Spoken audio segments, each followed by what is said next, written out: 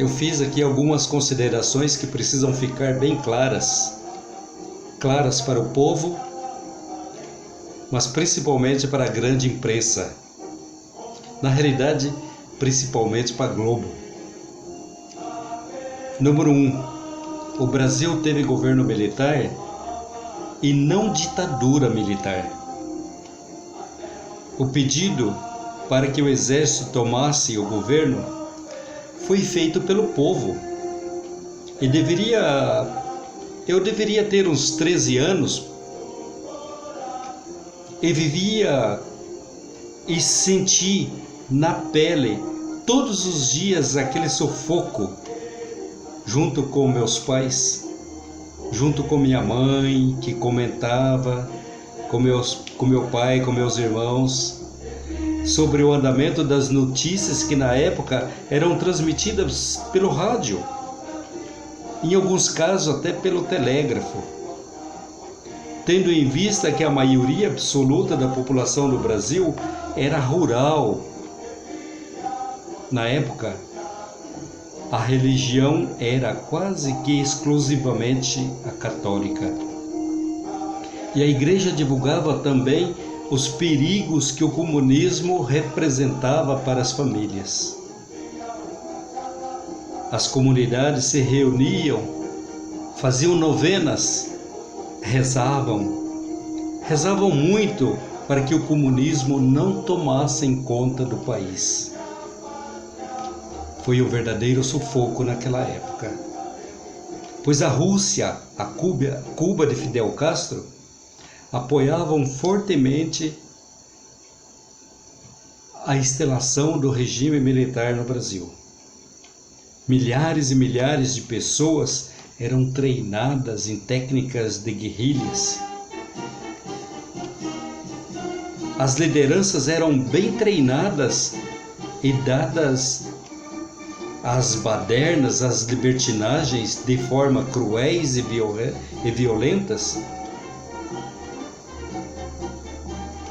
Roubavam bancos para terem amparo financeiro, roubavam quartéis para terem armas suficientes para se fortalecerem cada vez mais, e para que aqueles que lhes traíssem a confiança, os comunistas não tinham misericórdia, não tinham piedade, eles eliminavam mesmo. Então, houve muitas mortes. Foi assim que, mediante passeatas e rogos pelo Brasil afora, em diferentes situações, que o exército ocupou o governo. E para segurar esses comunistas baderneiros que queriam o poder a qualquer forma, o regime militar teve que ser um regime autoritário, um regime duro, com leis duras, severas. Foi assim que nós livramos o Brasil naquela época de ter um sistema parecido com o de Cuba aqui no Brasil. Graças a Deus e graças ao Exército Brasileiro. Número 2. E como viviam em famílias, e como viviam as famílias e as pessoas nesse período? Tivemos um período difícil, principalmente nos primeiros anos do governo militar, devido à resistência imposta por aqueles que criaram as dificuldades para o exército por todos os lados, nas cidades. A resistência foi muito grande. Entretanto, as leis duras e severas que o exército implantou fez, sim, que alguns dos mais cruéis desaparecessem. E alguns se exilassem do Brasil. Isso é verdade.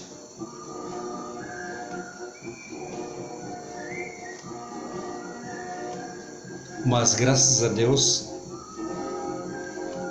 uma coisa é certa, havia ordem e progresso logo aqui no Brasil.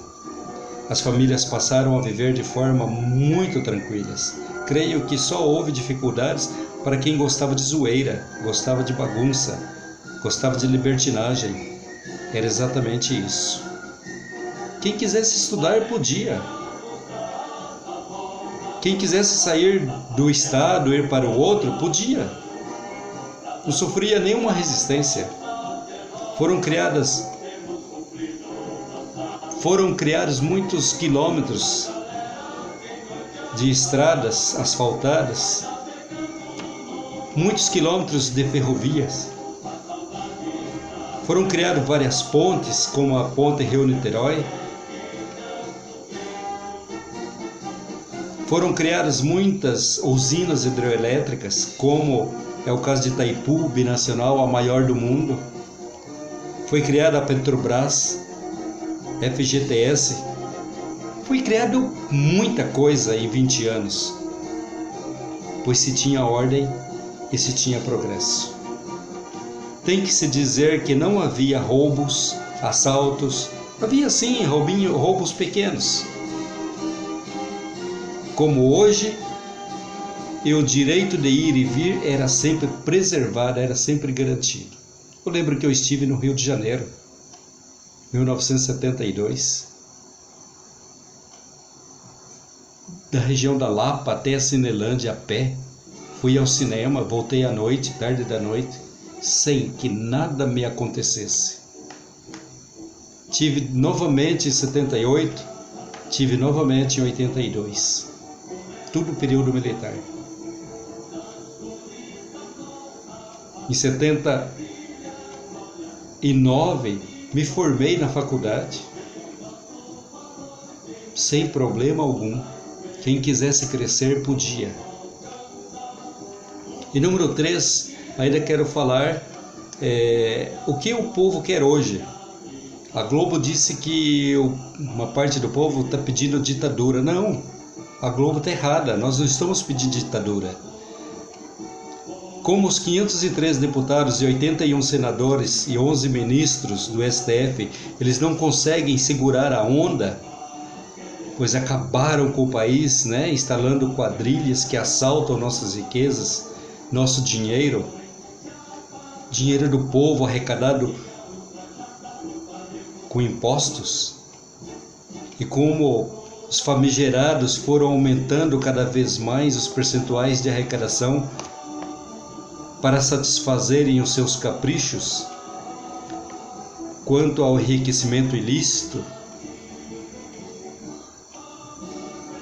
e viverem uma vida de máximas mordomias, os 513 deputados, não adianta pedir para eles fazer uma reforma política, não adianta pedir para os senadores fazer uma reforma política. O Brasil está na mão de quadrilhas. Então, como resolver isso? Seria a intervenção militar. Mas a intervenção militar, nós não estamos dizendo que é governo militar. A intervenção é para nos ajudar a tirar essas quadrilhas lá de cima, lá de Brasília, para que possamos ter um Brasil mais justo, fazendo leis, novas leis, onde os impostos não precisam ser tão altos. O Brasil hoje tem o maior imposto do mundo, tem os políticos mais caros do mundo. Isso tem que acabar. E como que nós vamos fazer isso? Pelo voto não é suficiente. Uma intervenção militar seria muito bom. Tá, Rede Globo? Uma intervenção militar seria muito bom. Seria muito mais fácil. Eu creio que os deputados e senadores não participaram da greve, não falaram nada da paralisação dos caminhoneiros porque eles têm medo. Eles sabem que é chegada a hora de a onça beber água. Eles sabem que podem cair a qualquer hora e qualquer instante. Eu não vou cobrar do exército que faça isso, faça aquilo, até porque existe uma estratégia para isso. Essa estratégia deve ser bem bolada. Mas o povo não aguenta mais esses políticos corruptos. Veja que a gasolina está cara demais. Para que cobrar tanto imposto? Já disse, porque eles quiseram mordomias demais. Chega! Chega! Chega! Rede Globo, chega!